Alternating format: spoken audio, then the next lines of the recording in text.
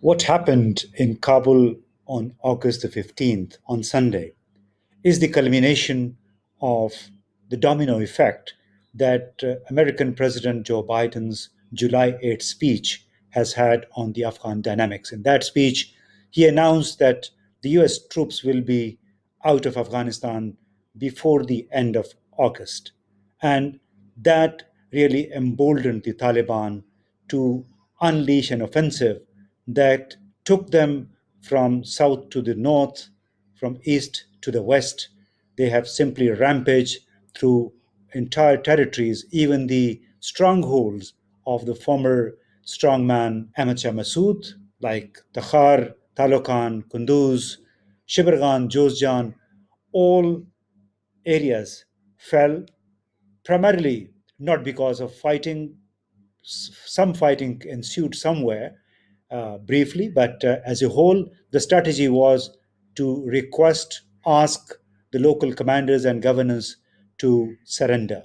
This is what most of the governors did without shedding blood. So once the Taliban took Talokan, Shibergan, I think the momentum was always on their side, and the entire Afghan defense force fell like a pack of cards. It unraveled, and there were many multiple reasons for why this has happened. This has happened because of massive corruption within the Afghan defense forces. This happened because there was little commitment among the brigadiers and generals who rose to these ranks after a very short span of time of training for 5, 10 years, 15 years, whereas armies are trained in years, in decades. The second major factor was the war fatigue. The people of Afghanistan, the majority of them, are fed up with war, and nobody actually wanted to shed blood. That's why majority of provinces and districts have fallen to Taliban, mostly with amicable compromise and surrender understandings.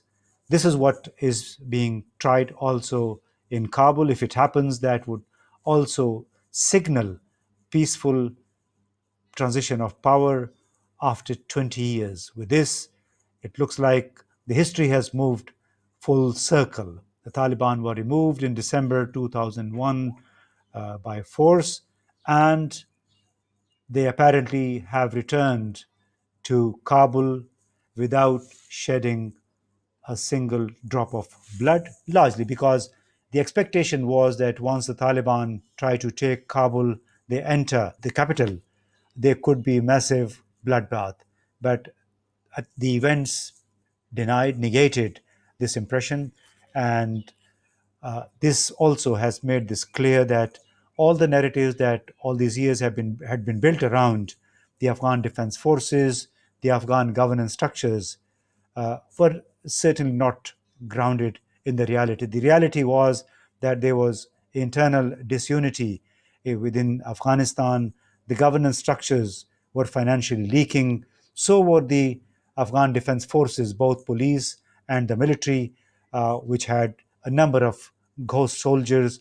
And I think the American security contractors also contributed to this huge corruption syndicate that had emerged as a result of the war and Operation Enduring Freedom that the United States started post 9/11. The slogan for the intervention in Afghanistan under the name of Operation Enduring Freedom was nation building, that the Americans wanted to build and rehabilitate the Afghan nation. But in his July 8 address to the nation and to the press, President Joe Biden basically negated that slogan. He said, "We were not there to build nation, but there to counter terrorism. And now that we have defeated Al Qaeda and other terrorists, the United States troops will go out and hunt the terrorists where they actually are." That basically emboldened the Taliban to launch their offensive.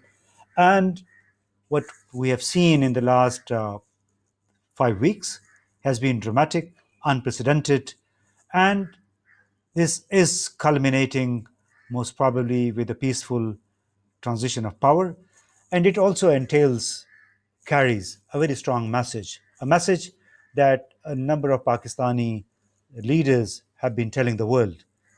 Afghanistan is a tribal society. You should not impose war and force on them.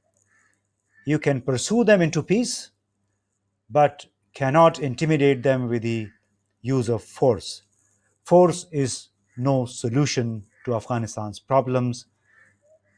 Negotiation and perusal is.